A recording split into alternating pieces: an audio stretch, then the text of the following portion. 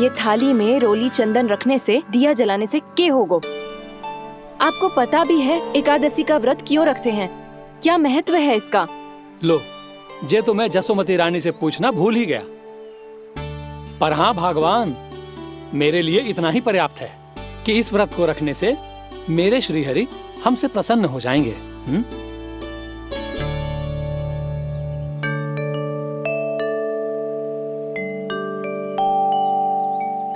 नारायण ही जाने ऐसे कैसे पूजा करते हैं जे श्री हरि की एक मूर्ति तक ना है इनके पास।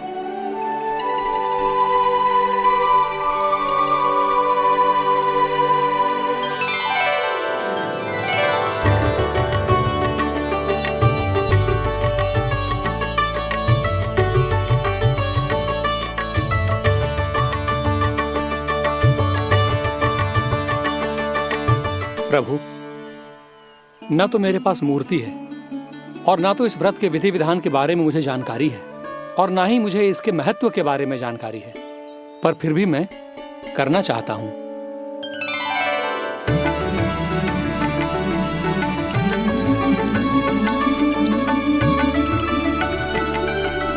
इसीलिए मैं दृढ़ संकल्प लेता हूं, पूरी निष्ठा के साथ, श्रद्धा के साथ और पूरी आस्था के साथ मैं इस व्रत को संपन्न करूंगा।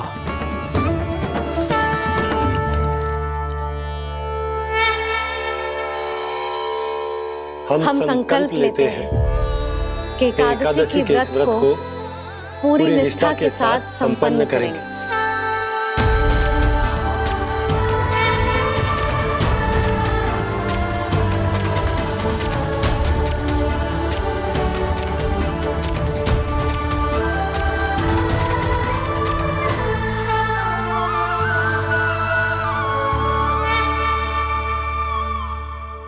तुलसी जी के पत्ते तो हैं ही ना।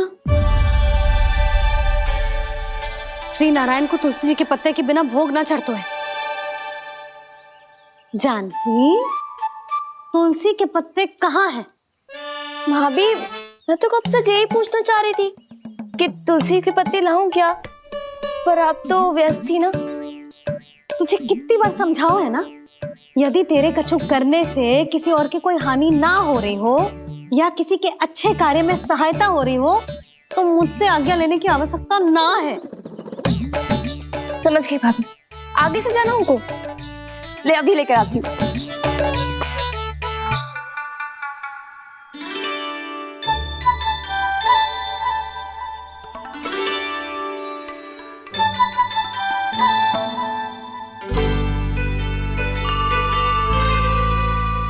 ताऊ, आपने पहले ये व्रत करो है?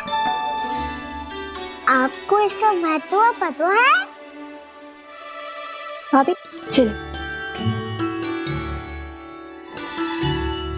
जानकी, तुमने ये व्रत करो है? फिर तुमको इसका महत्व पता है? सुमति जी, आपको पता है इसका महत्व? कान्हा, क्यों तंग कर रहे हो सबको? मैया, सबने करो ये व्रत, मुझे भी करना है।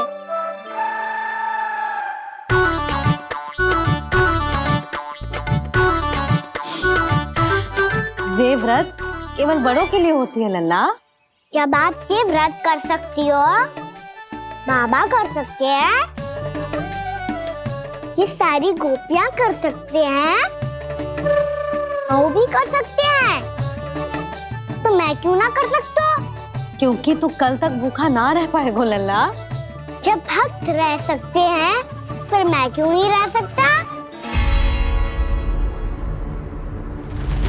मेरा अर्थ है कि नारायण के भक्त मैया।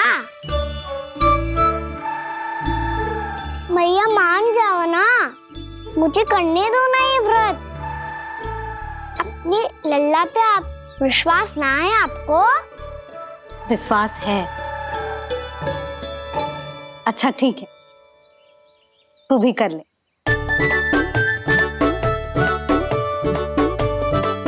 पर मैया, व्रत की कथा तो सुनाओ। मैं तो अबध हूँ ना, मुझे कैसा पता चलेगा ये व्रत करते क्यों हैं?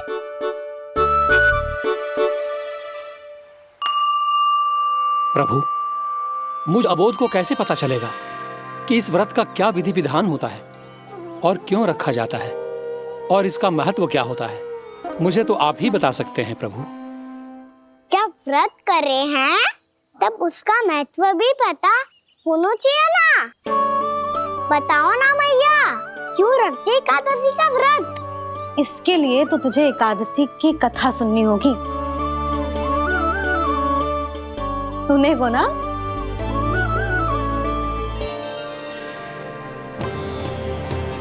वसुदेव सुतं देवं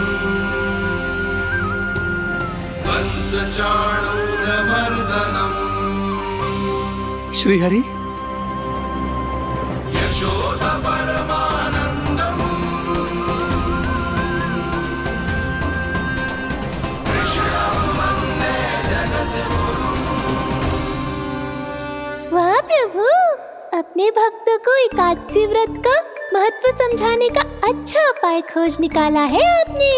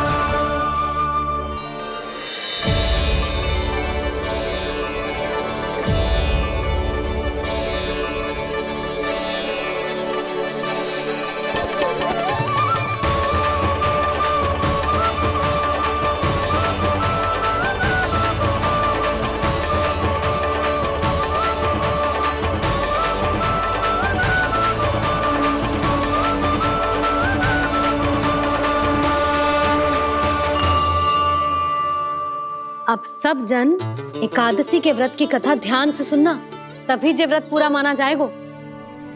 समझो लल्ला?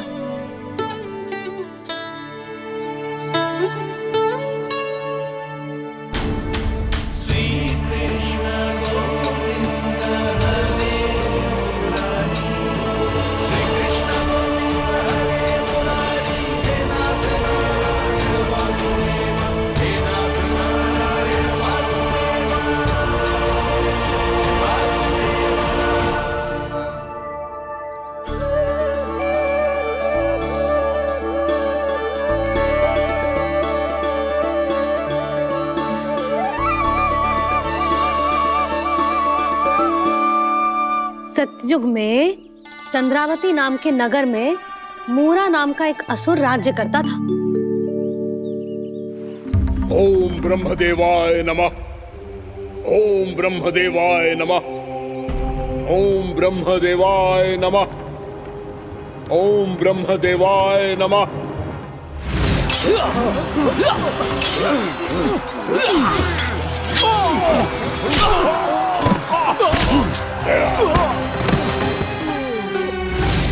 ओम ब्रह्मदेवाय नमः। ओम ब्रह्मदेवाय नमः। जब उसने देवताओं के हाथों असुरों की पराजय देखी, तब वो वरदान पाने के उद्देश्य से ब्रह्मा जी की तपस्या करने चला गया।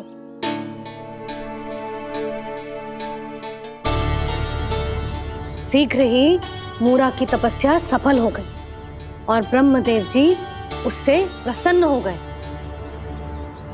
ओम ब्रह्मदेवाय नमः। ओम ब्रह्मदेवाय नमः। ओम ब्रह्मदेवाय नमः। ओम ब्रह्मदेवाय नमः। ओम ब्रह्मदेवाय नमः। ओम ब्रह्मदेवाय नमः। ओम ब्रह्मदेवाय नमः। ओम ब्रह्मदेवाय नमः। ओम ब्रह्मदेवाय नमः। मूरा, प्रणाम ब्रह्मदेव। तुम्हारी तपस्या सफल हुई। बोलो, तुम्हें क्या वर चाहिए? सृष्टि के रचयिता ब्रह्मदेव, कृपया मुझे ऐसा वरदान दीजिए जिसकी सहायता से मैं त्रिलोकी विजयी बन जाऊं और कोई देवता मुझे पराजित ना कर सके, यहां तक कि देवताओं के रक्षक, सृष्टि के संचालक भगवान श्री विष्णु के लिए भी मैं अपराजय रहूं। तथास्तु, तथास्तु, तथास्तु। प्रणाम ब्रह्मदेव।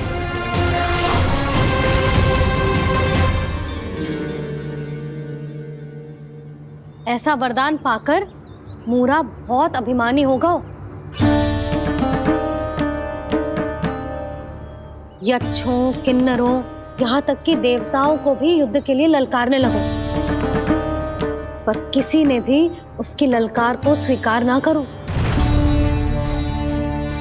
क्योंकि सभी उसकी शक्ति से बहुत भयभीत थे और उसके सामने युद्ध किए बिना ही अपनी पराजय स्वीकार करने लगे और फिर दंभ में आके उसने स्वर्ग लोक पर भी आक्रमण कर दिया और देवराज इंद्र तक को चुनौती दे डाली।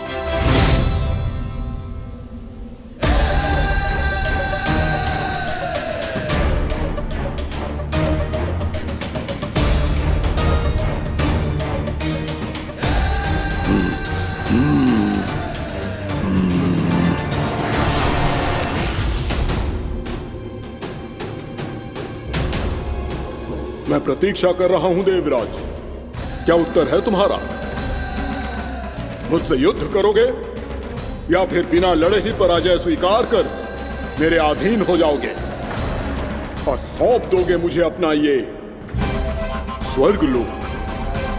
सारी शक्ति तुम्हारे मुख में है या कुछ बाहुबल भी है तुम्हारे पास? मैं तुम्हारी चुनौती स्वीकार करता हूं मूरा, मैं तुम्हारी चुनौती स्वीकार करता हूं मूरा।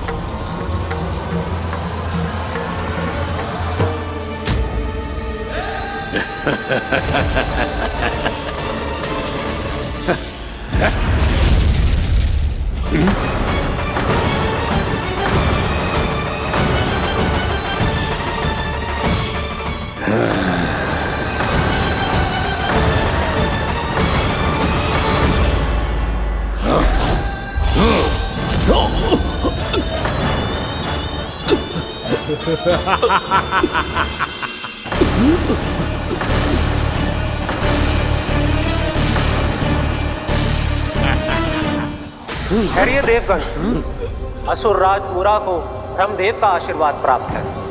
आप में से कोई भी इन्हें पराजित नहीं कर पाएगा।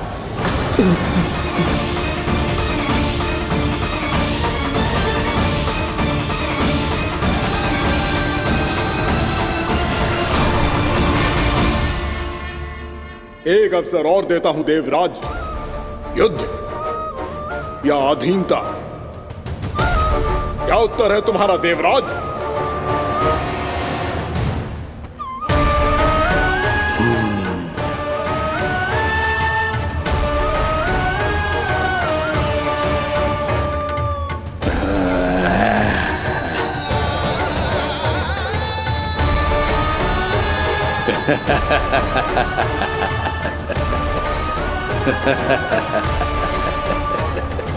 इंद्र और सभी देवताओं ने मूरा के आतंक में आके उससे भयभीत होके अपना सिंहासन छोड़ दियो। अब मूरा स्वर्ग का अधिपति बन गयो और शीघ्र ही उसने अन्य सभी असुरों को स्वर्ग में निवास करने के लिए आमंत्रित कर दिया और इस प्रकार से वो धीरे धीरे तीनों लोकों का सम्राट बन गयो। उसे किसी ने रोका नहीं मैया? ना लल्ला, इतना साहस किसी में था ही ना। और फिर ये निश्चित करने के लिए कि भविष्य में किसी और असुर की मृत्यु ना हो, वो यमराज पे भी विजय प्राप्त करने के लिए यमलोक की ओर प्रस्थान कर दियो। वो तो अपने आप को और सभी असुरों को अमर बनाना चाहता था, पर देवता और यमराज भी उसकी ये योजना समझ गए थे इसीलिए उसके आने से पहले ही सारे देवताओं ने श्री नारायण से सहायता के लिए गुहार लगाई। अब केवल आप ही कुछ कर सकते हैं प्रभु। अभी तो मूरा केवल त्रिलोक का स्वामी है, और यदि उसने यमलोक भी जीत लिया तो वो जीवन को ही नियंत्रित नहीं करेगा प्रभु, वो मृत्यु का भी स्वामी हो जाएगा। ऐसे में पहले सृष्टि का संतुलन तो नष्ट होगा प्रभु, और फिर स्वयं सृष्टि ही नष्ट हो जाएगी। ऐसा नहीं होगा यमदेव, नियति ऐसा होने ही नहीं देगी। विधि रचेगी खेल और मैं बनूंगा माध्यम। असुर राज मुरा का सामना मैं करूंगा। बस आप मुझे चुनौती देने के लिए उसे तैयार कर लीजिए, चाहे उसके लिए आपको साम दाम दंड भेद कोई भी उपाय क्यों ना अपनाना पड़े।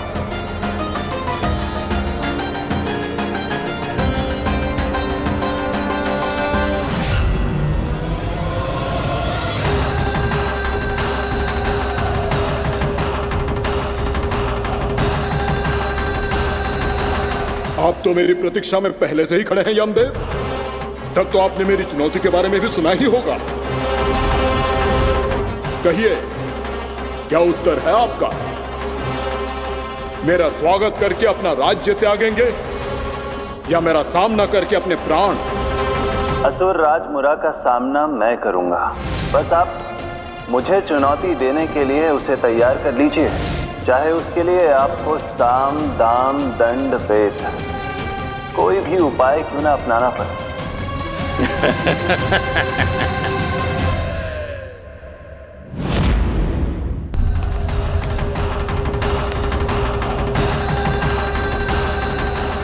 आप तो मेरी प्रतीक्षा में पहले से ही खड़े हैं यमदेव। तब तो आपने मेरी चुनौती के बारे में भी सुना ही होगा। कहिए, क्या उत्तर है आपका? मेरा स्वागत करके अपना राज्य त्यागेंगे या मेरा सामना करके अपने प्राण? हे असुर श्रेष्ठ, मैं आपकी अधीनता स्वीकार करने के लिए तैयार हूं। बस एक विनती है मेरी। शर्त को विनती का नाम देकर पहलाना चाहते हो मुझे यमराज? असुर राज मूरा के सामने शर्त रख पाओ, इतना सामर्थ्य नहीं है तुम में। इसका आभास है मुझे असुरराज, पर मैं आपकी अधीनता स्वीकार करूं इससे पहले आपको स्वामी धर्म का पालन करना होगा। मेरे पुराने स्वामी के क्रोध से मेरी रक्षा करनी होगी आपको। कौन है तुम्हारा पुराना स्वामी? भगवान श्री नारायण।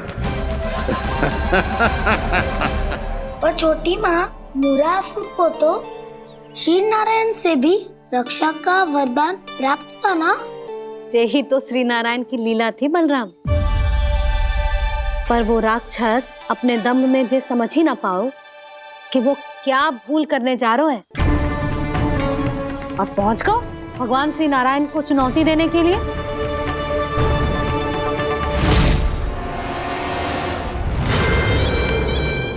वहीं ठहर जाओ असुर राज मुरा।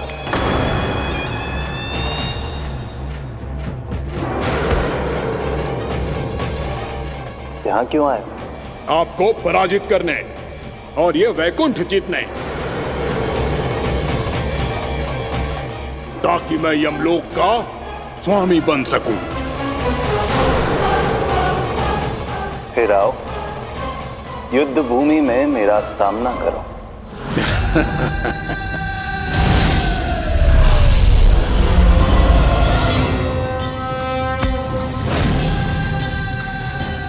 ये नहीं जानते कि इनसे ना हारने का वरदान तो मैं पहले ही प्राप्त कर चुका हूं, इसलिए युद्ध ठीक से आरंभ हो पाए उससे पहले ही इन्हें जीत लूंगा मैं।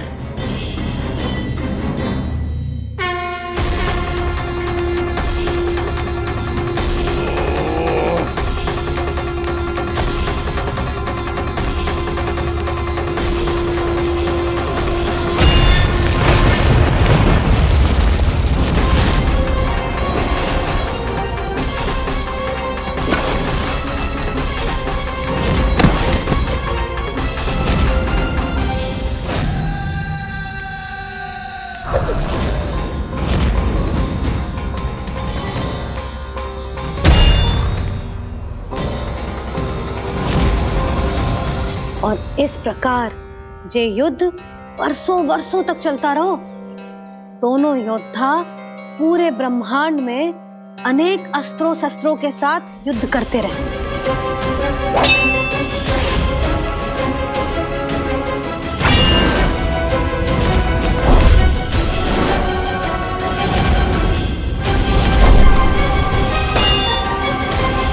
फिर क्या हुआ मैया?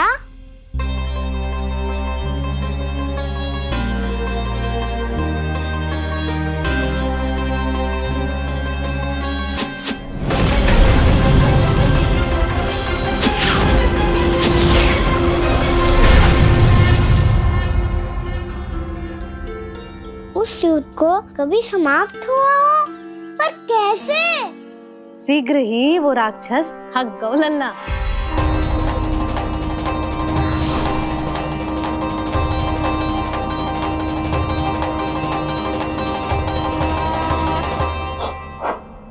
खड़े खड़े देख क्या रहे हैं नारायण?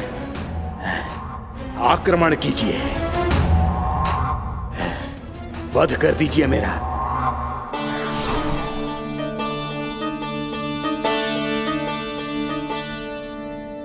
मैं तुम्हारी वीरता से प्रभावित हूं, इसीलिए इतनी थकान की स्थिति में मैं तुम जैसे वीर पर आक्रमण नहीं करूंगा। जाओ विश्राम करो। यदि फिर से युद्ध करने की इच्छा हो तो तुम्हारा स्वागत होगा।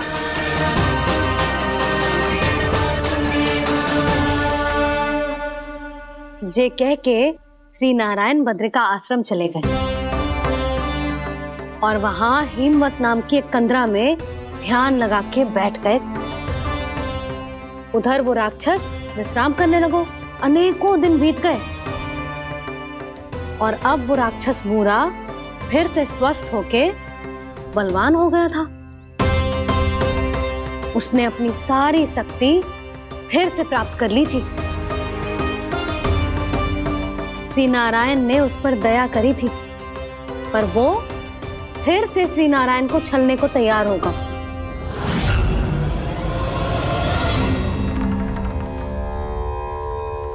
ध्यान में बैठे बैठे श्री नारायण योग निद्रा में चले गए, पर दुष्ट मूरा इसी अवसर का लाभ उठा के उनकी कंदरा में घुस आयो ताकि वो सोते हुए श्री नारायण पे आक्रमण कर सके।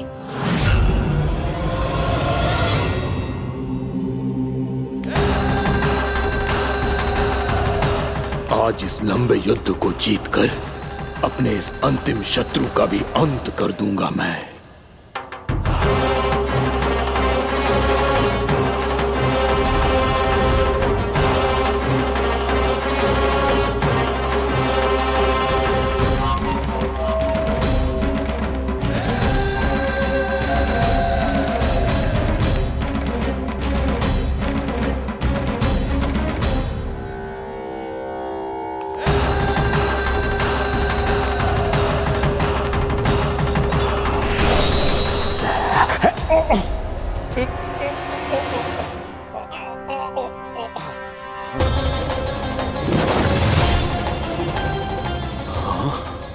दुष्ट राक्षस, प्रभु ने तुझ पर दया की, तुझे संभलने का अवसर दिया। तू इन्हीं पर ही छल से वार करने चला है।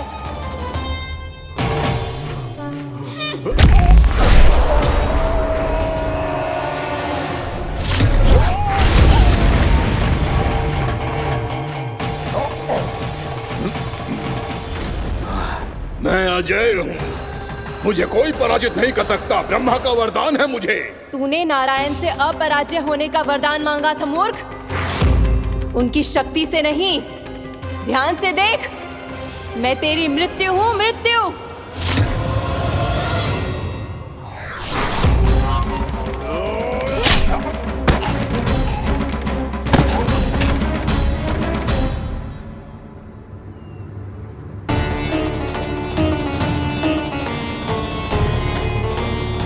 वो देवी कौन थी छोटी माँ? और कौन बलराम, वही तो थी देवी एकादशी।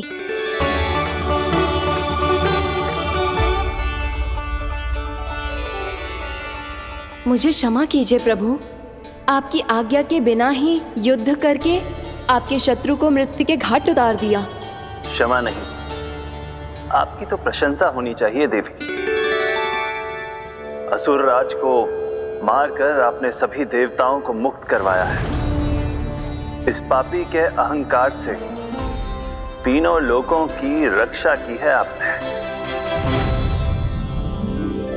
आप एकादशी की तिथि पर मेरी एकादश इंद्रियों से उत्पन्न हुई हैं। इसीलिए मेरे सभी भक्त आपको उत्पन्न एकादशी के नाम से जानेंगे। सभी तिथियों में आपका स्थान सर्वश्रेष्ठ होगा। जिस तरह आपने राक्षस के आक्रमण से मेरी रक्षा की है, उसी प्रकार एकादशी के दिन व्रत करके जो भी भक्त आपकी कथा सुनेगा, मैं स्वयं उसकी रक्षा करूंगा। जो आपकी पूजा करेगा उसे मेरी विशेष कृपा प्राप्त होगी और उसके साथ साथ उसे मिलेगा धन, सिद्धि और मोक्ष।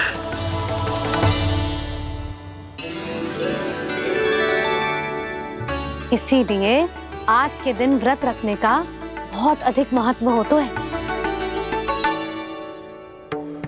बोलो एकादशी मैया की जय। बोलो श्री नारायण भगवान की जय।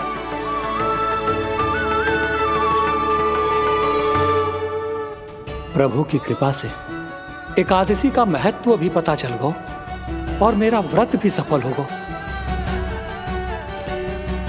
अभी नहीं भूला राम, एकादशी का व्रत पूरी तरह तभी सफल होता है जब द्वादशी के दिन उसे पूरा किया जाता है।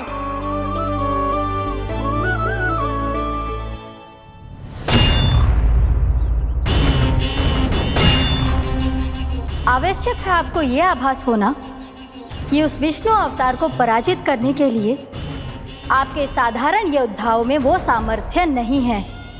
वो विष्णु अवतार कुछ अधिक ही असाधारण है।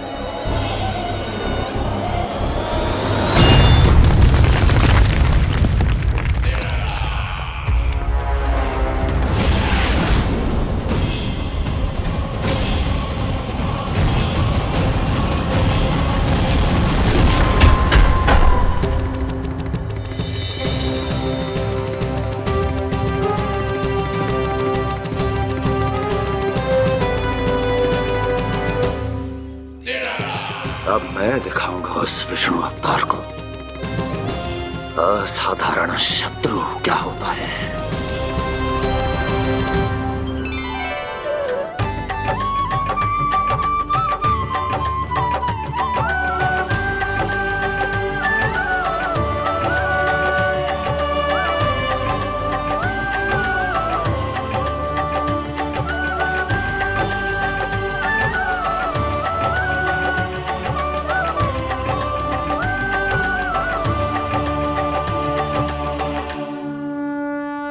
मामा अधीर हो रहे हैं, पर मैया ने मुझे अभी तक बाहर जाने की आज्ञा नहीं दी है। अभी उन्हें किसी और राक्षस को यहाँ भेजने से रोकने के लिए मुझे ही कुछ करना होगा।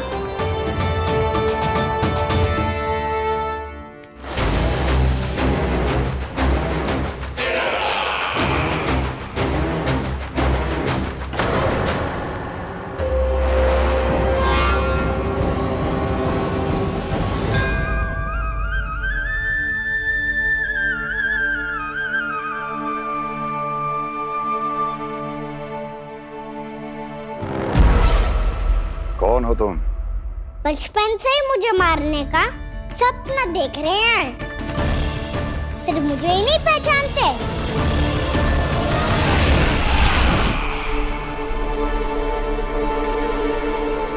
बचपन से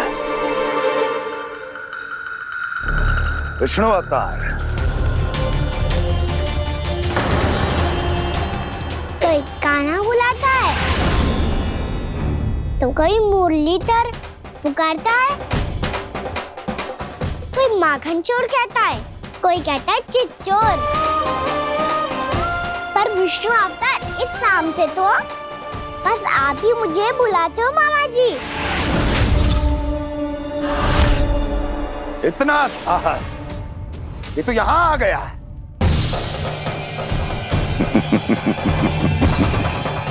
यहां आ तो गया तू विष्णु अवतार, किंतु यहां से जीवित नहीं जाएगा। तेरे इस शीश को तेरे धड़ से अलग कर दूंगा मैं।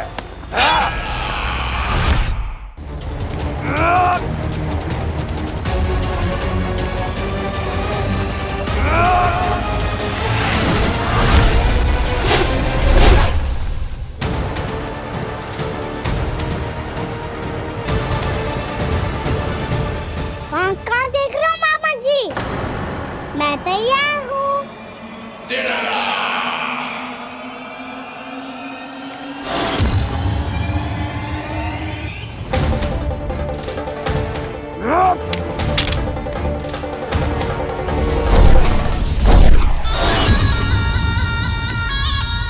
मामा जी, आप सदैव इसी तरह क्रोध में रहते हो क्या?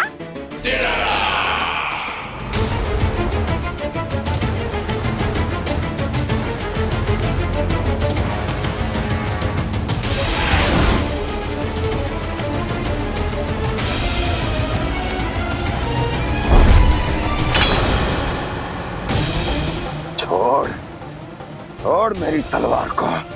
छोड़ो तो तब जब पकड़ा हूँ।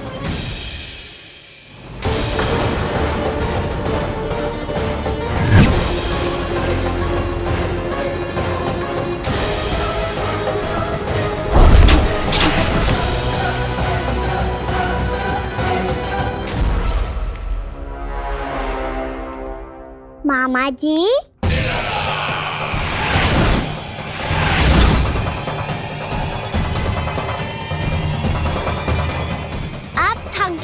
थोड़ा विश्राम कर लो।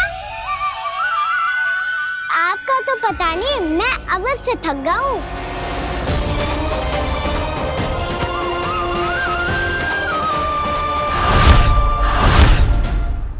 मेरे सिंहासन पर बैठने का तो साहस। अभी तो बस अभ्यास कर रहा था मामा जी। भविष्य में मुझे तो बैठना है यहाँ। आपने बल प्रयोग करके से अपने पिताजी से छीना था। मैं आपसे छीन लूंगा। जो छल और बल से लिया जाए वो अधिक समय तक टिकता नहीं है मामा जी।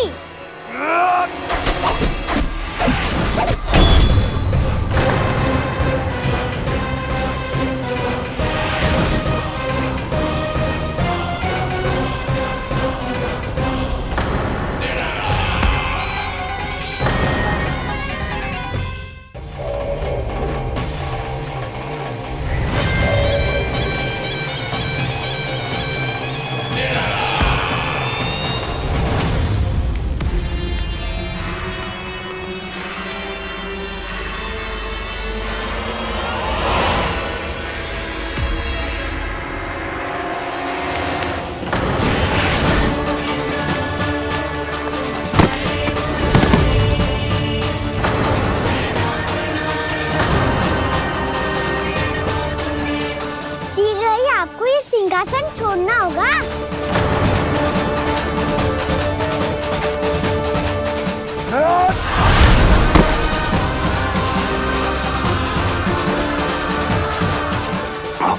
वो मेरा सिंहासन छीनना चाहता।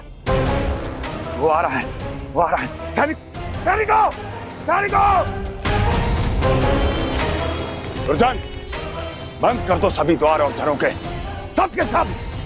इसकी हर संभावना पर इतना कड़ा पहरा बिठा दो कि ना तो कोई महल के भीतर आ सके, ना कोई बाहर जा सके। मुझे महल की चप्पे चप्पे की सूचना चाहिए। जाओ।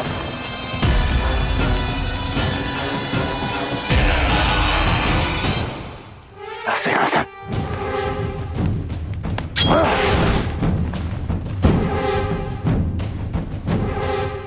अब आ, दुष्ट मायावी, ए छलिया विष्णु अवतार, मैं कंस तेरी प्रतीक्षा कर रहा हूँ। देखता हूँ मेरे सिंहासन पर कैसे बैठता है तू। मुझे तो बस कुछ समय चाहिए था, वो मिल गया। अब करते रहिए आप प्रतीक्षा।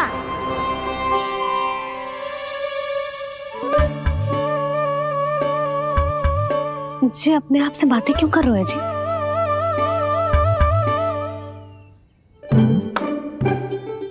आप मुस्कुरा क्यों रहे हो? ना कछु ना। बताओ क्यों मुस्कुरा रहे हो? तुम्हीं पर गए हैं जी। जब तुम व्रत करती हो तो तुम भी ऐसा ही करती हो। इसी प्रकार भूख अधिक लगने पर अपना ध्यान भटकाने के लिए स्वयं से ही बड़बड़ाती रहती। होगा। आपको तो बस मेरा उपहास उड़ाने के लिए बहाना चाहिए।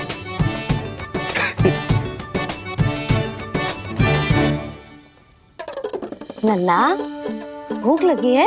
ना मैया, व्रत करे तो भूख कैसे लगेगी?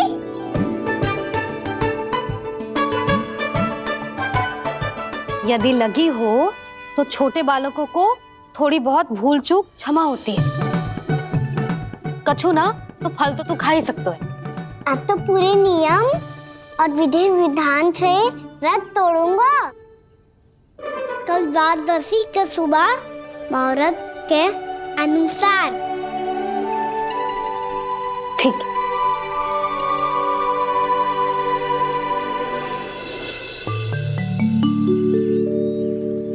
लल्ला, एकादशी समाप्त हो गई है, द्वादशी लग गई है। अब तू व्रत तोड़ सकते है। भोजन कर ले। ले।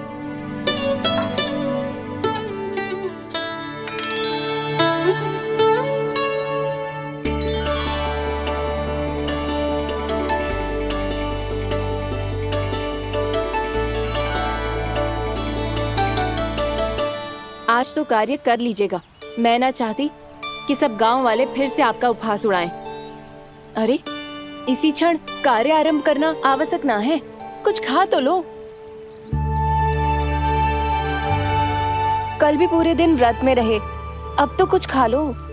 ना ना, अभी बिल्कुल भूख ना है। और हाँ भगवान, तुम्हें चिंता करने की आवश्यकता नहीं है। आज मैं किसी को भी 2 शब्द कहने का अवसर नहीं दूंगा। अरे, कुछ खाओगे पियोगे नहीं तो कैसे रहोगे?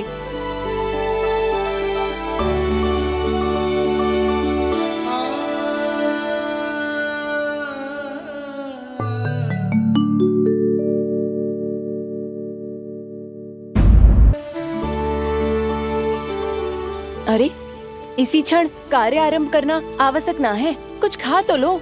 ना ना, अभी बिल्कुल भूख ना है। और हाँ भगवान, तुम्हें चिंता करने की आवश्यकता नहीं है। आज मैं किसी को भी 2 शब्द कहने का अवसर नहीं दूंगा।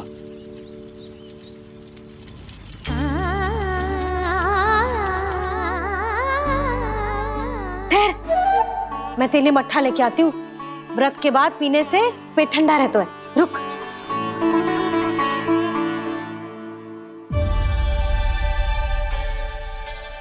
भक्तों ने अभी तक व्रत नहीं तोड़ा है, मैं कैसे तोड़ लूं? भूख कहाँ से होगी? श्री हरि नाम से पेट तो भर लेते हो। श्री हरि श्री हरि श्री हरि।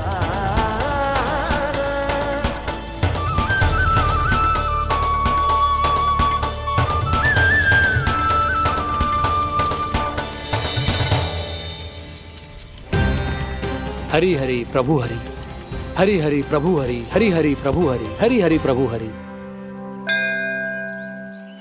कल से अन्न का एक दाना ना गो है पेट में। अब क्या व्रत तुड़वाने भी आपके प्रभु ही आएंगे? अब क्या व्रत तुड़वाने भी आपके प्रभु ही आएंगे? मैया,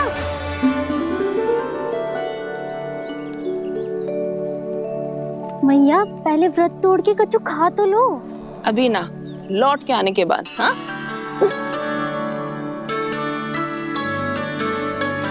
बलराम, ठहरो पुत्र, पहले कुछ खा लो। व्रत तोड़ना आवश्यक होता है। मैया ने एकादशी का महत्व बताया। लगता है मुझे सबको द्वादशी पर व्रत तोड़ने समाप्त करने का महत्व बताना होगा। हरि हरि हरि हरि हरि मेरे हरि।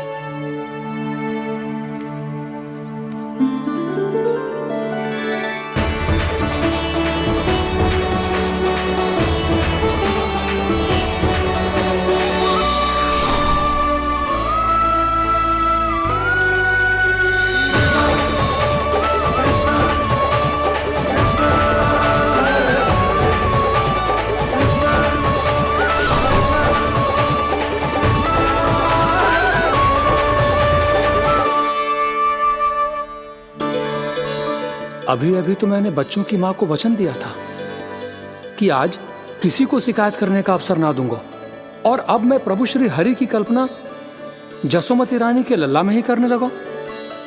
ना ना, ये ठीक ना है।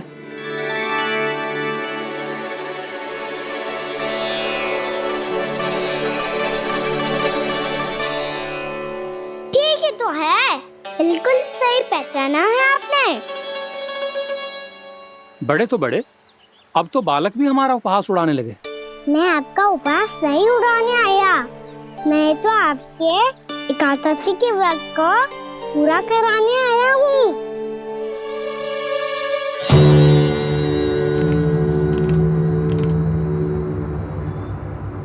कान्हा,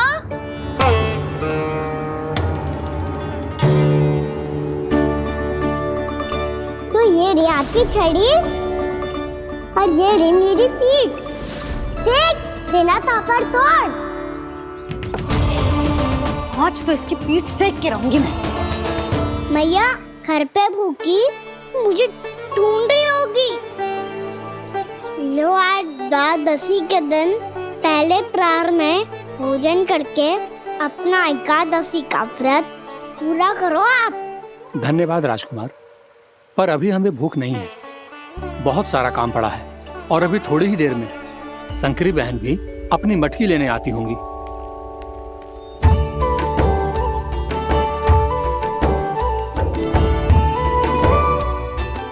पर मैं आपका व्रत पूरा कराए बिना नहीं जा सकता।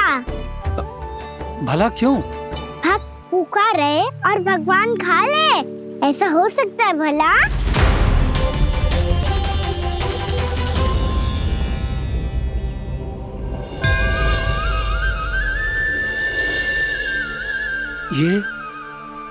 ये कैसा भ्रम हो रहा है मुझे?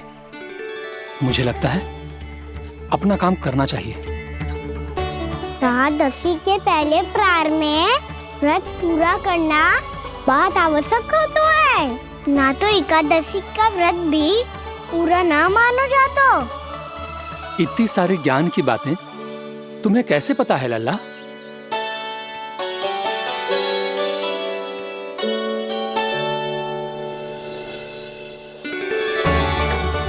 जैसे एकादशी की कथा होती है, वैसे द्वादशी की महिमा भी एक बहुत महत्वपूर्ण कथा है।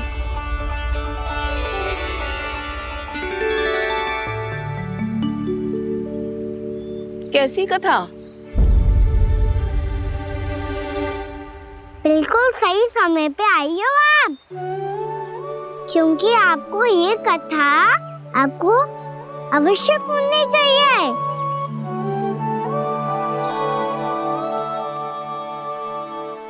मुझे क्यों? पहले सुन तो लिया, फिर स्वयं ही पता चल जाएगा। बहुत समय पहले एक राजा हुआ करते थे, राजा अम्बरीश। भगवान श्री हरि के बहुत बड़े भक्त थे। ओम नमो नारायणाय। ओम नमो नारायणाय।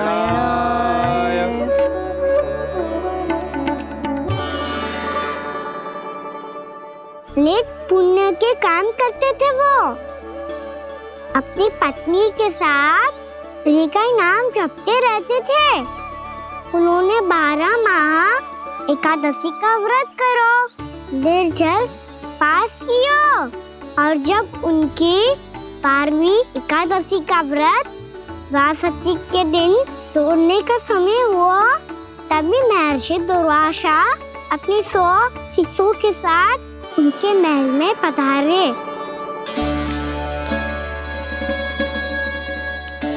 प्रणाम स्वीकार करें महर्षि। आप जैसे महान ऋषि मेरे राज्यसभा में आए, वो भी ऐसे अवसर पर जब मैं और मेरी पत्नी निरंतर 12 एकादशियों के बाद अंतिम एकादशी का व्रत तोड़ेंगे। इससे बड़े सौभाग्य की क्या बात हो सकती है हमारे लिए। आज आपके साथ साथ मेरा और मेरे शिष्यों का एकादशी व्रत भी पूरा होगा। संभव है प्रभु की इच्छा यही हो कि हम सब अपना व्रत एक साथ तोड़ें। ये तो अत्यधिक प्रसन्नता की बात है महर्षि। तो फिर ठीक है, हम सब यात्रा से थके हैं। व्रत तोड़ने से पहले हम स्नान करना चाहते हैं। जैसी आपकी इच्छा महर्षि। जब तक आप लोग लौटेंगे तब तक आपके सारे प्रबंध यहाँ हो चुके होंगे।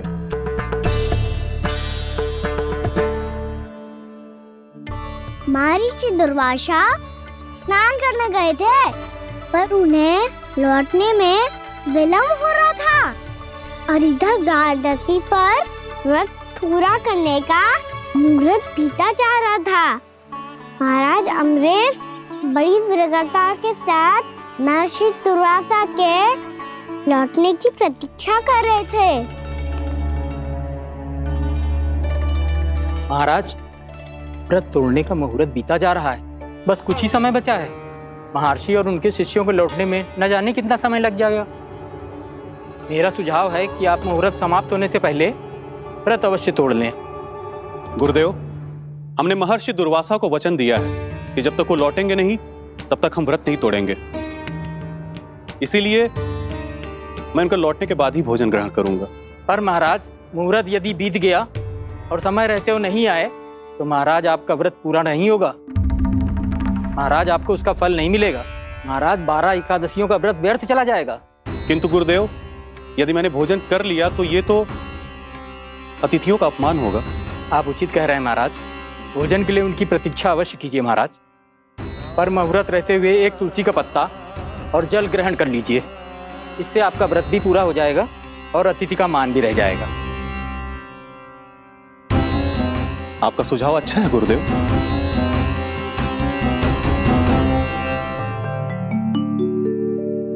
जैसे ही महाराज ने तुलसी का पत्ता खाया, वैसे ही महर्षि दुर्वासा लौट आए। महाराज,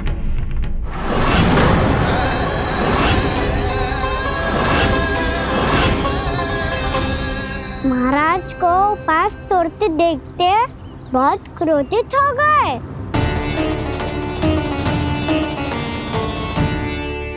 बहुत बड़े भक्त हैं आप, परंतु आप ये नहीं जानते अपने अतिथियों के साथ कैसा व्यवहार करना चाहिए। आपने हमें साथ भोजन करने का वचन दिया था, पर अपना व्रत क्यों तोड़ा आपने? महर्षि, मैंने भोजन नहीं ग्रहण किया। कहीं मुहूर्त न निकल जाए इस कारण मैंने एक तुलसी का पत्ता ग्रहण कर लिया। 56 भोग खाया हो या एक पत्ता, अपना व्रत तोड़कर अतिथियों का अपमान किया है, मेरा अपमान किया है। अब आपको दंड भोगना होगा ताकि आप सीख पाएं कि अतिथियों के साथ कैसा व्यवहार होना चाहिए। महर्षि, आप जो भी दंड मुझे देंगे मुझे स्वीकार है, किंतु आप क्रोधित मत होइए। क्रोध का कारण आपने दिया है महाराज। एक महर्षि का अपमान करके राक्षसी प्रवृत्ति का परिचय दिया है आपने। इसीलिए अब एक राक्षसी आपको दंड देगी।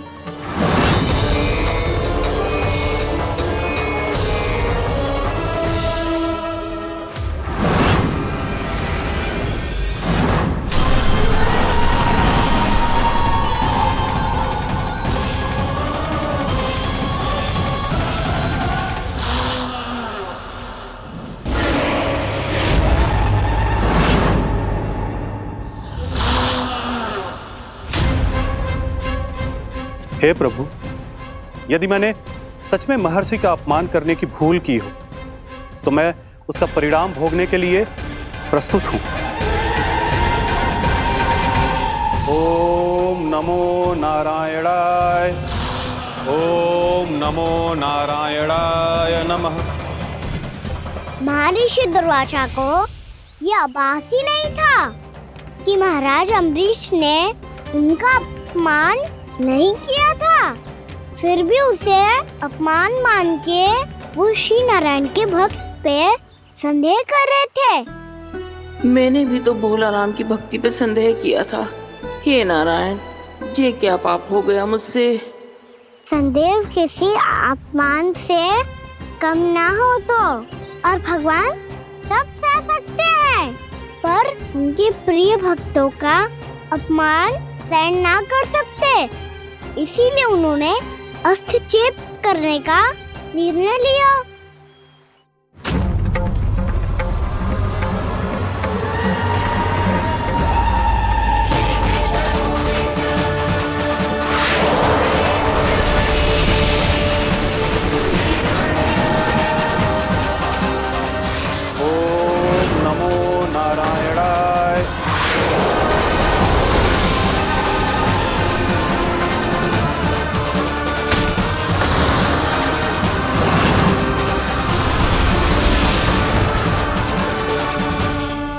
और फिर भगवान का वो सुदर्शन चक्र महर्षि दुर्वासा के पीछे पड़ गया।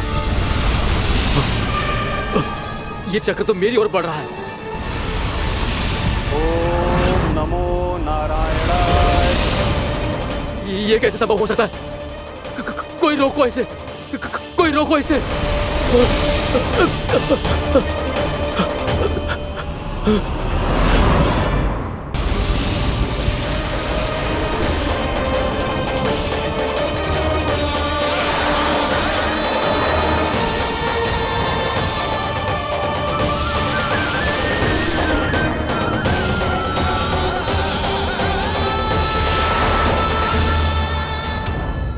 चक्र से अपने प्राण कैसे तैसे बचाते बचाते महर्षि दुर्वासा ब्रह्मलोक जा पहुँचे।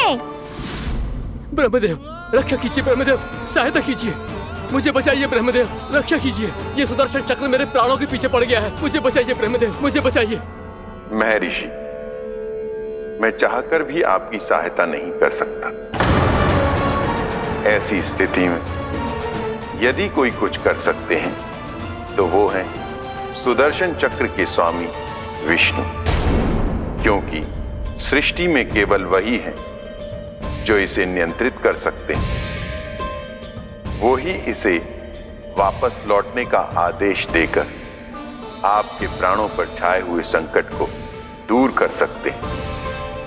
किंतु हां, मैं सुदर्शन चक्र से इतना अवश्य कहूंगा कि जब तक आप विष्णु लोक में पहुंच नहीं जाते, वो आपको किसी भी प्रकार की हानि ना पहुंचाए। आपका बहुत बहुत धन्यवाद, आपकी सदा ही जय हो।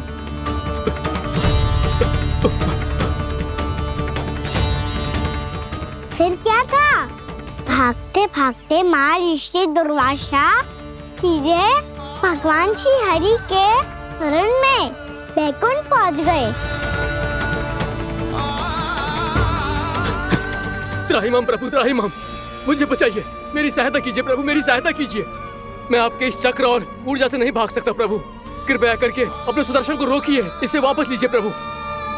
यह असंभव है महर्षि। एक बार सुदर्शन चक्र मेरे हाथों से छूट जाए तो अपना उद्देश्य पूरा किए बिना, मेरे भक्तों की रक्षा किए बिना वापस नहीं लौटता। कोई तो उपाय होगा प्रभु, कृपया करके मेरे प्राण बचाइए प्रभु। मैं सुदर्शन की ऊर्जा से जलकर भस्म नहीं होना चाहता प्रभु। आप जो कहेंगे मैं करूंगा प्रभु, मेरी सहायता कीजिए प्रभु, मेरी सहायता कीजिए। मुझे नहीं लगता कि आप वो कर पाएंगे। मैं अवश्य करूंगा, मैं अपनी प्राण रक्षा के लिए कुछ भी करूंगा प्रभु। आपने मेरे भक्त राजा अम्बरीश को भक्ति का कर्तव्य निभाने के लिए अपमानित और दंडित किया है महर्षि, पर भक्त की रक्षा करना भगवान का कर्तव्य है। इसलिए यदि आप भक्त राजा अम्बरीश के पास जाकर क्षमा याचना करें और यदि वो आपको क्षमा कर दे तो ही ये चक्र आपके प्राण लिए बिना लौट सकता है। अन्यथा आप तो जानते हैं महर्षि, मेरे भक्त का अपमान मेरा अपमान। भक्त का अपमान भगवान के अपमान से कम ना हो तो है। महर्षि दुर्वासा को भी ये बात समझ आई और फिर उन्होंने महाराज अम्बरीश से क्षमा याचना की। महाराज महाराज महाराज महाराज महाराज, मुझे क्षमा करें महाराज, मुझसे बहुत बड़ी भूल हो गई महाराज, मुझसे बहुत बड़ी भूल हो गई महाराज। महर्षि, आप हमारे चरण छुए ये उचित नहीं। महाराज, महाराज अम्बरीश, आप नारायण के सच्चे भक्त हैं। मैंने आपको अपमानित किया, दंडित करने का प्रयास किया महाराज। इस अपराध के लिए मुझे क्षमा कीजिए महाराज, और इस सुदर्शन चक्र से मेरे प्राण बचाइए महाराज।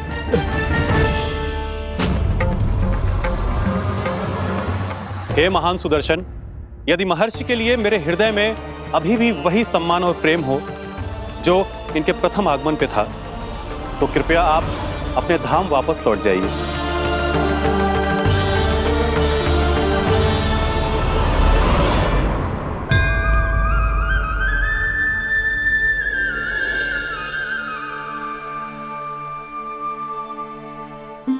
आपका बहुत बहुत धन्यवाद महाराज अम्बरीश।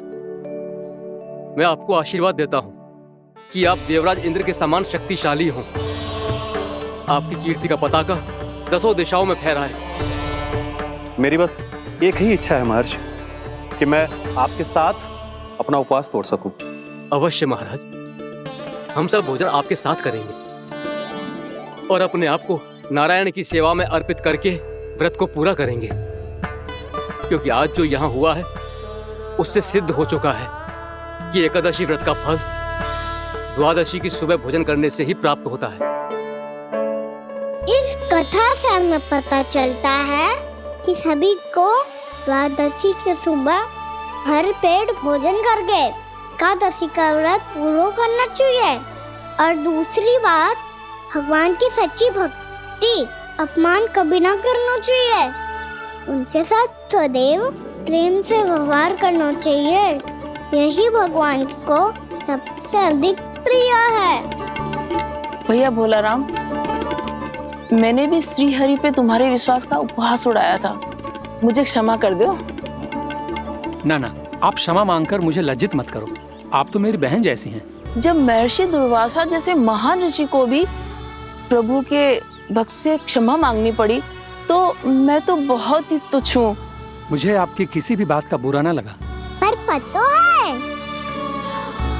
प्रभु को कौन सी बात सब भूला रखता है? कौन सी बात? जब उनका भक्त भूखा रहे, समय पे अपना व्रत पूरा ना करे। और जैसा कि आप सभी ने अभी कथा से सीखो है, एकादशी के व्रत को द्वादशी की सुबह अवश्य पूरा करना चाहिए। अब आप जाओ, अपना व्रत पूरा करो।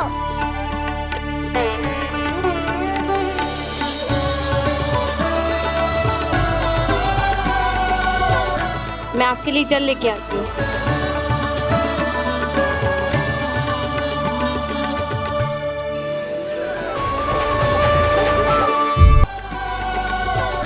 मैं आपके लिए जल लेके आती हूँ।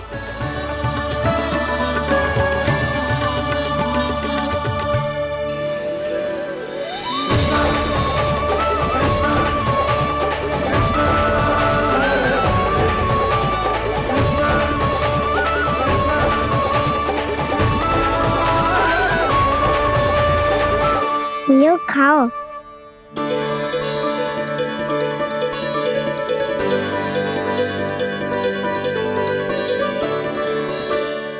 कान्हा,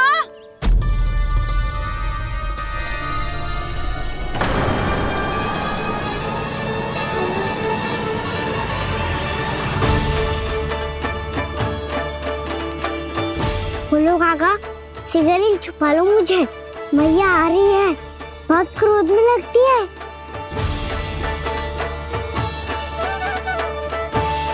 आज तो बहुत दंड मिलेगा। अभी क्षण भर पहले तो ये साक्षात भगवान के रूप में बात कर रहे थे, और अब अचानक ही ऐसे बालक बन गए जो मैया से दंड मिलने के भय से व्याकुल हैं। बोला काका, किस सोच में पड़ गए? शीघ्र छुपा लो मुझे।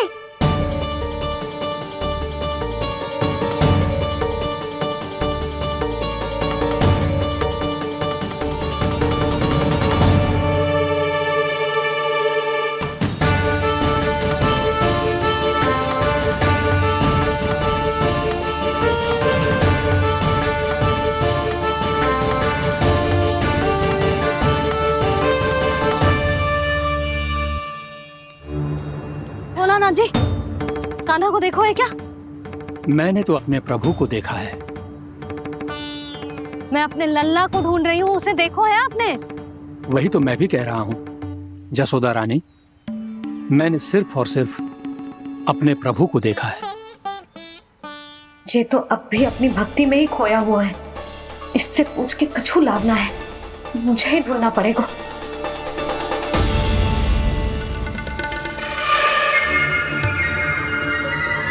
बच गए। संकरी मौसी, कान्हा को देखो है क्या कहीं?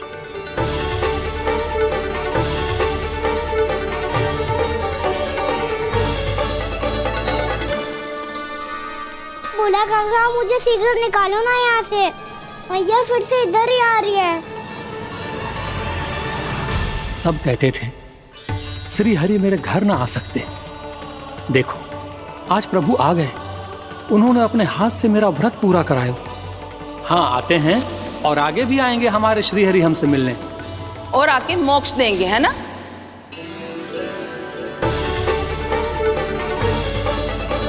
शीघ्र निकालो ना भोला काका, मैया आ रही है।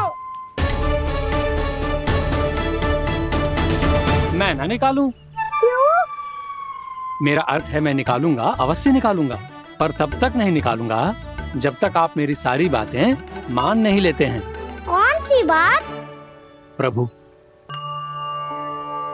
मुझे मोक्ष प्रदान कर दीजिए प्रभु। तथास्तु। ना ना ना प्रभु, मेरे साथ साथ मेरे परिवार को भी मोक्ष दे दीजिए। तथास्तु। अब तो निकाल दो, मैया देख लेंगी। ना प्रभु, मेरे परिवार के साथ मुझसे जुड़ी हुई हर वस्तु, जीव जंतु, प्राणी, गाय बैल भैंस, सभी को मोक्ष प्रदान कर दीजिए प्रभु। तथास्तु। प्रभु आप सच में अद्भुत हैं। मैंने जो मांगा आपने बिना सोचे समझे सब प्रदान किया। मैं ही अपनी मांगे बढ़ाता रहा। प्रभु प्रभु मुझे क्षमा कर दीजिए, प्रभु मुझे क्षमा कर दीजिए।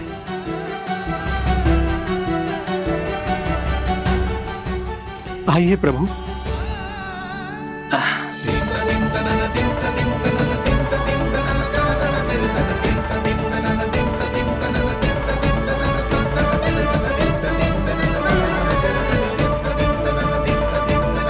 प्रभु आप तो प्रभु हो, हरि हो, भगवान हो।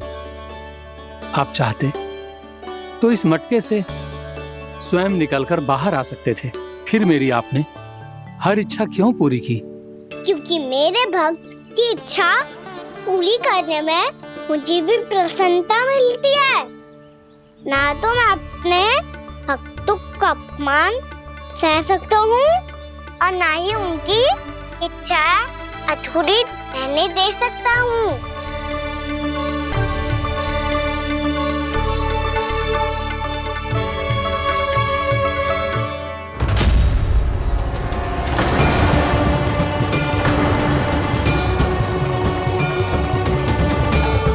क्या कही थी तूने? हाँ, कि तू फिर से छल ना करेगा। फिर मुझे बिना बताए घर से बाहर कैसे निकलो? क्षमा करना मैया, पर जो आपने सिखाया था मैंने तो उसी का ही पालन करो है। फिर से चतुराई कर रहे हो है ना? हाँ? आप ही ने तो कही थी ना, यदि कछु करने से किसी को हानि ना पहुंचती हो या फिर किसी अच्छे कार्य में सहायता हो रही हो तो आज्ञा लेने की आवश्यकता ना होती। यदि तेरे कछु करने से किसी और की कोई हानि ना हो रही हो या किसी के अच्छे कार्य में सहायता हो रही हो तो मुझसे आज्ञा लेने की आवश्यकता ना है। किस अच्छे कार्य के लिए आया है यहाँ? एकादशी के सुबह एकादशी का व्रत खोल के पूजन करा जाता है। ये बात ना तो भोला काका को पता थी, ना शंकरी मासी को, और ना ही किसी और को। और तुझे पता थी? हाँ, मेरी मैया ने बहुत अच्छे से सिखाया है मुझे। जैसे कल तूने एकादशी कथा सुनाई थी ना, आज वैसे ही तेरे लल्ला ने सबको द्वादशी कथा सुनाई है।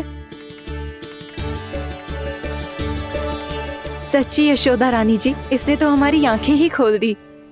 और भाभी, सच तो ये है कि मुझे भी ना पता था कि ये इतना बड़ा ज्ञानी है और इतना अधिक समझदार।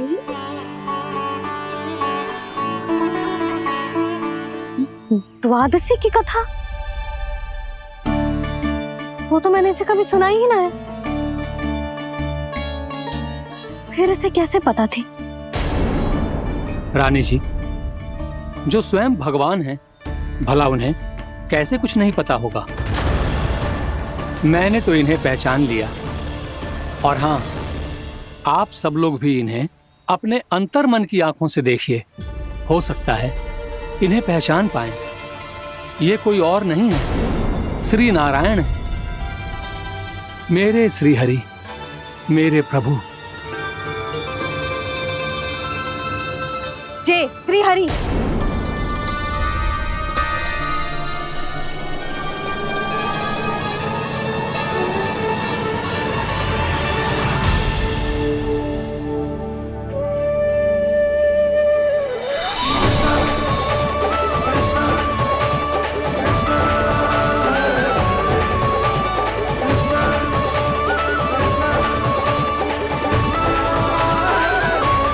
ये क्या कर दिया भोला? जिस रास्ते को मैंने इतनी कठिनाई से बचा के रखा था, सबके सामने उसे उजागर कर दिया तुमने।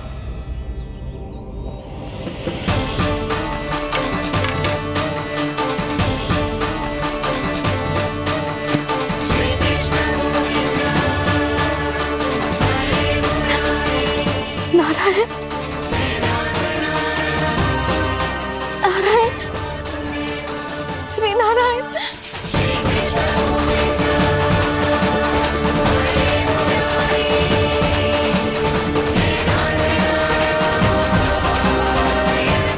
श्री नारायण।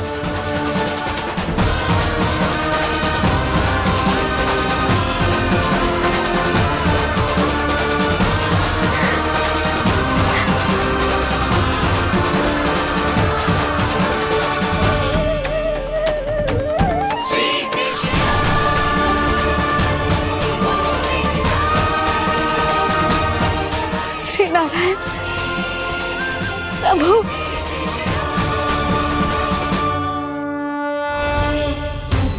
जिस रास्ते को इतने जत्न से संभाल के रखा था, आज वो सबके सामने खुल गया। और तो और मेरा भेद मैया को भी पता चल गया। बाबा सब कहते रहे, पर मैंने एक न मानी। सबने कही थी कि आप भगवान हैं, पर मैं मूर्ख आपको पहचान ही ना पाई। कितनी अभागी हूं मैं।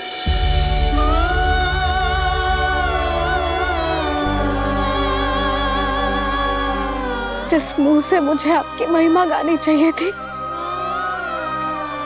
उसी मुंह से मैंने आपको डांटा है।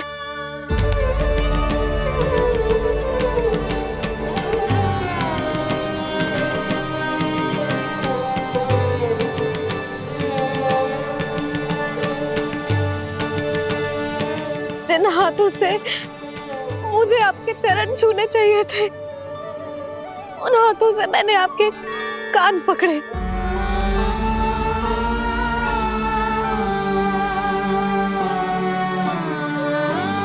मुझे तो आपकी सेवा करनी चाहिए थी प्रभु, और मैंने आपको दंड दियो, आपको घर से बांध दियो।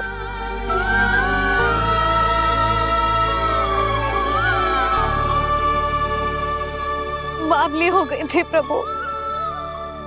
अपने श्री नारायण को, अपने प्रभु को एक साधारण सा बालक समझ लियो मैंने। मैं आपके लिए भगवान नहीं हूँ मैया, साधारण बालक ही हूँ, बस आपका लल्ला। बुद्धि भ्रष्ट हो गई थी, भूल पर भूल करती चली गई। आज भी आपके पीछे पीछे छड़ी लेकर दौड़े चले आए।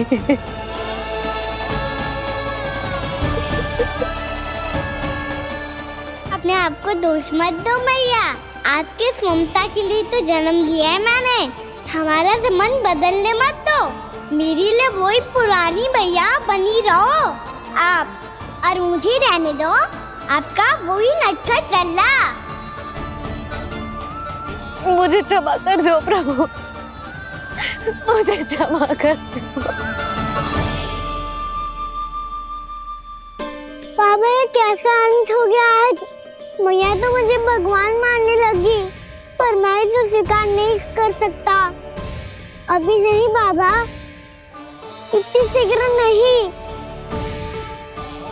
आप ऐसे खड़े क्यों बाबा? कुछ ऐसा करो ना कि मैया फिर से मेरे मैया बन जाए। उनकी दृष्टि में भक्ति नहीं, ममता चाहिए मुझे। कान्हा, मेरे सामर्थ्य में हो तो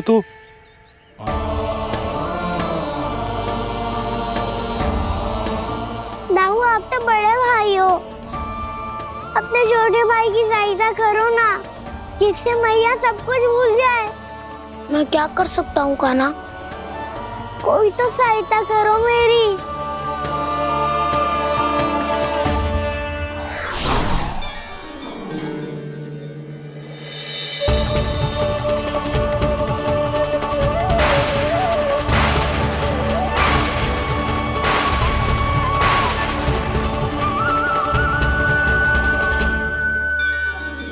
अपने आप को संभालिए प्रभु।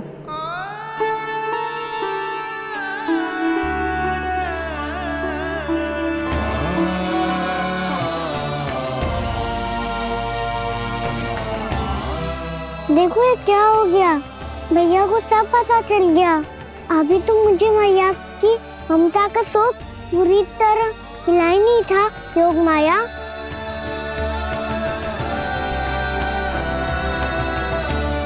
मेरी सहायता करो ना। कितनी अद्भुत है ममता की शक्ति। भगवान को भी एक साधारण बालक बना देती है। बालक की बना रहना चाहता हूँ मैं, नहीं चाहता दिव्य होना, नहीं चाहता भगवान बनना। बस मैया की गोद में रहकर ममता की रस से सेम को भिगोना चाहता हूँ। इनकी डांट फटकार का सुख पाना चाहता हूँ। कुछ भी करे योग माया, पर इन सबको भुला दो मेरा सत्य।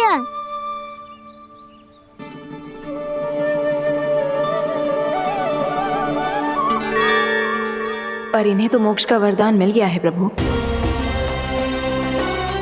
इसलिए इनके लिए समय की गति को लौटा पाना संभव नहीं होगा। प्रभु, अब मुझे ये सब भूलने की कोई आवश्यकता नहीं है। मुझसे जो त्रुटि हुई है अब वो दोबारा कभी नहीं होगी, और आज के बाद आपका ये सत्य मैं किसी को नहीं बताऊंगा प्रभु, क्योंकि मुझे पता चल गया है कि आपका यशोमती मैया के लल्ला बने रहना कितना आवश्यक है।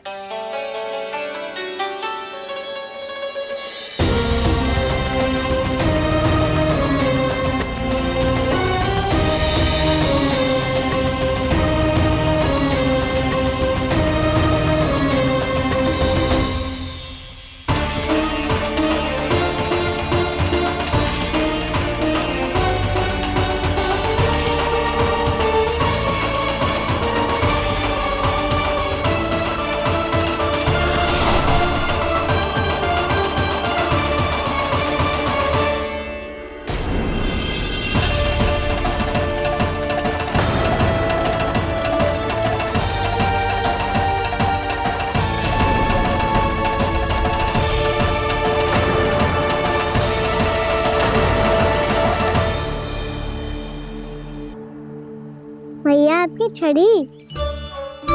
पहले चुपके से भाग जातो है, फिर स्वयं ही छड़ी भी पकड़ा रो है?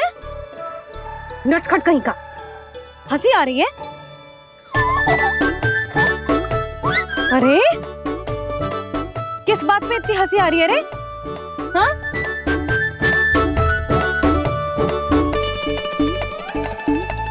आपकी लीला अद्भुत है प्रभु, और अद्भुत है आपका मैया के प्रति प्रेम। हंसी ना है मैया, ये तो प्रसन्नता है, अपने मैया से मिल जाने की प्रसन्नता। अच्छा, ढूंढ मैं तुझे रही हूँ और तू कह रहे हो कि मैं मिल गई तुझे। तू घर चल लल्ला, अच्छे से पिटाई करूंगी तेरी।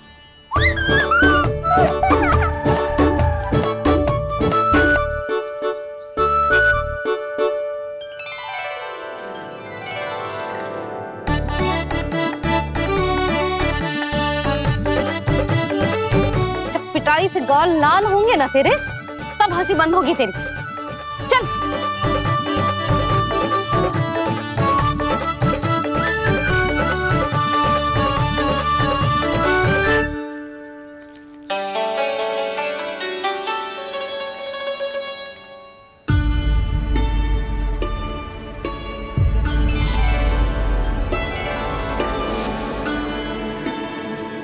लगता है भैया की और चतन स्मृति वापस आ रही है।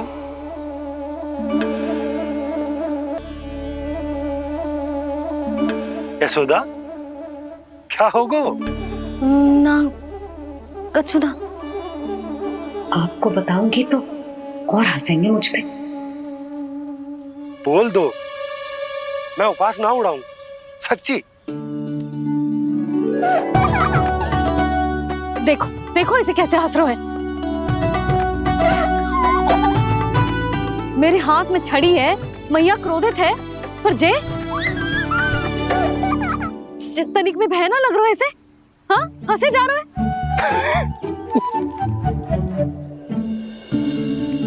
दोनों बाबा लल्ला एक जैसे हो। चल तू, चल चल। दाऊ, आप तो बड़े भाई हो, अपने छोटे भाई की सहायता करो ना, जिससे मैया सब कुछ भूल जाए। सुबल, तू कच्चू खा क्यों ना रहो है? व्रत ही करना था तो बलराम के जैसे कल कर ले। तो कल तो एकादशी भी थी।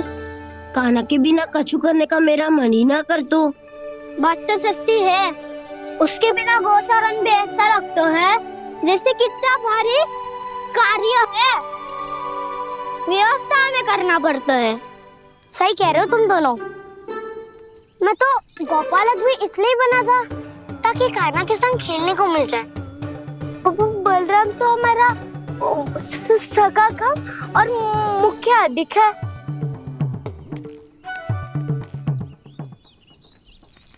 रुक जाओ, तुम सब कुछ देर विश्राम कर सकते हो।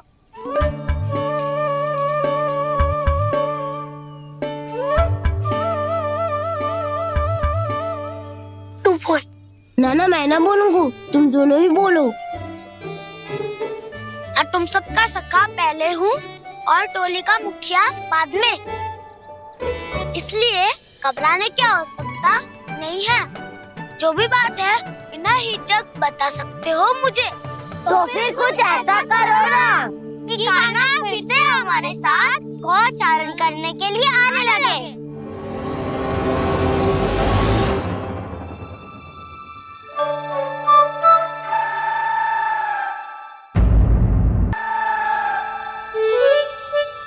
बिना कछु बताए भाग गओ।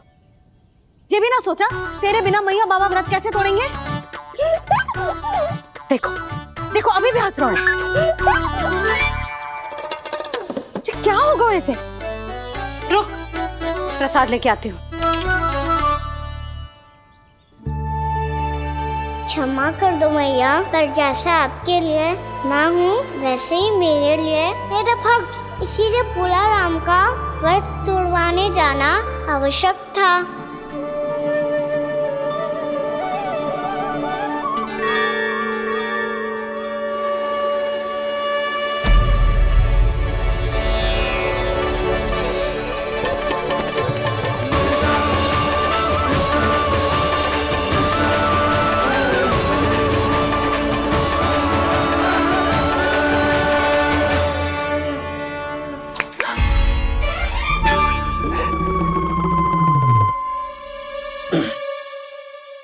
सुधा, फिर से खो गई तुम।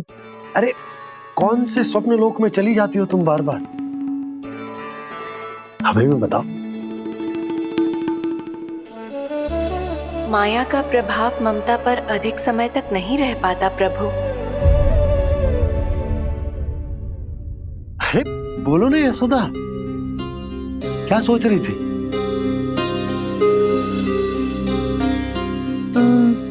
मैंने ना श्री नारायण को देखो है। हाँ वो तो मैं भी देख रहा हूँ, यही तो है हमारे सामने। ये वाले ना, तो मैंने साक्षात श्री नारायण को देखो है, वो भी अपने कान्हा के भीतर देखो। कान्हा के भीतर?